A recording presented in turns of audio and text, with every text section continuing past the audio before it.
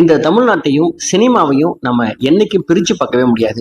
தளபதி விஜய் அவருடைய மாநாட்டுக்கு வருகிற லட்சக்கணக்கான ரசிகர்களை பார்த்து இந்தியா முழுவதும் இருக்கிற எல்லா கட்சிகளும் ஆடி போயிருக்குது.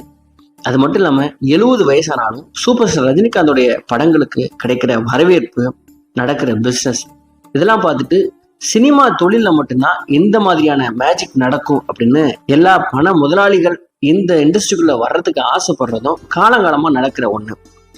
இந்த விஷயங்கள்லாம் எப்போ ஆரம்பிச்சது தெரியுமா? யார் மூலமா ஆரம்பிச்சது தெரியுமா?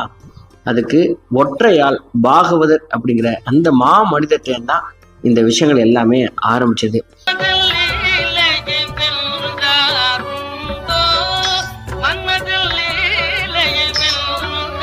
இன்னைக்கு ஒரு ஹீரோவை ஒரு கடவுள் போல ஆராதிக்கிற அந்த மனோபாவம் யாருக்கிட்ட இருந்து ஆரம்பிச்சதுன்னா இந்த பாகவதர் தான்.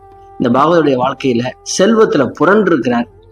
ஆங்கிலேயர்கள் அவருக்கு 100 ஏக்கர் நிலம் கொடுக்கணும்னு நினைக்கிறப்ப இதெல்லாம் எனக்கு வேணாங்க, என்கிட்ட நிறைய இருக்கு அப்படின்னு அதை ரொம்ப உதாசனப்படுத்தி தள்ளி விட்டுருக்கிறார்.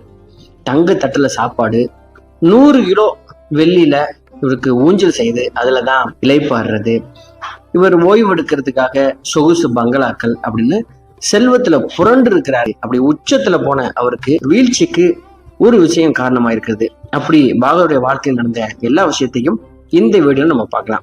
சரி, பாகவதர் எப்படி இருப்பாரு அப்படின்னா, பலபலன்னு இருக்குமா அவருடைய சரீரம், அவருடைய முடி கருகருன்னு நீண்ட கேசமா இருக்குமா.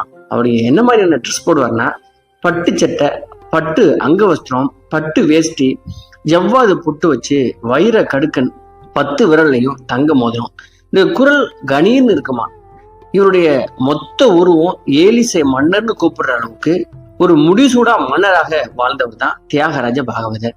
தமிழ் திரைப்படத்துறையின் முதல் சூப்பர் ஸ்டார் அந்தஸ்து பெற்ற கதாநாயகனான இவரை சுருக்கமா MKT அப்படின்னு எல்லாரும் அன்பா அழைப்பாங்க.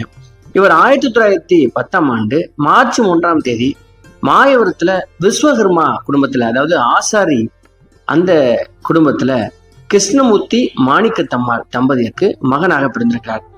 சில ஆண்டு கழித்து இவங்க வேலை தேடி திருச்சிக்கு குடிபெயர்ந்திருக்கிறாங்க. இந்த பாகவதற்கு சின்ன பிள்ளையா இருக்கும் போதே பள்ளி படிப்புல நாட்டம் இருக்காதான். தான் ஒரு பாடகராக வரணும் அப்படிங்கிறதுல ரொம்ப தீவிரமா இருந்திருக்கிறார். ஆனா கடந்த நூற்றாண்டு முற்பகுதியில எப்படி இருந்ததுன்னா, பாடுறது போன்ற கலைகளை தொழிலா செய்யறது அப்படிங்கிறது அந்த குடும்பத்துக்கே மிகப்பெரிய இழுக்கு, அந்த மாதிரியான மனநிலை தான் அந்த குடும்பத்துக்கு இருந்திருக்குது. அதனால இவர் பாடுறதை பத்தி பாகவதருடைய குடும்பத்தினருடைய ஆதரவு இவருக்கு கிடைக்கவே இல்லையா. சொல்லி சொல்லி பார்த்திருக்கார். அந்த குடும்பம் இவரை மதிக்காததுனால ஒரு நாள் வீட்டை விட்டு ஓடி போய் விட்டாராம் பாகவதர்.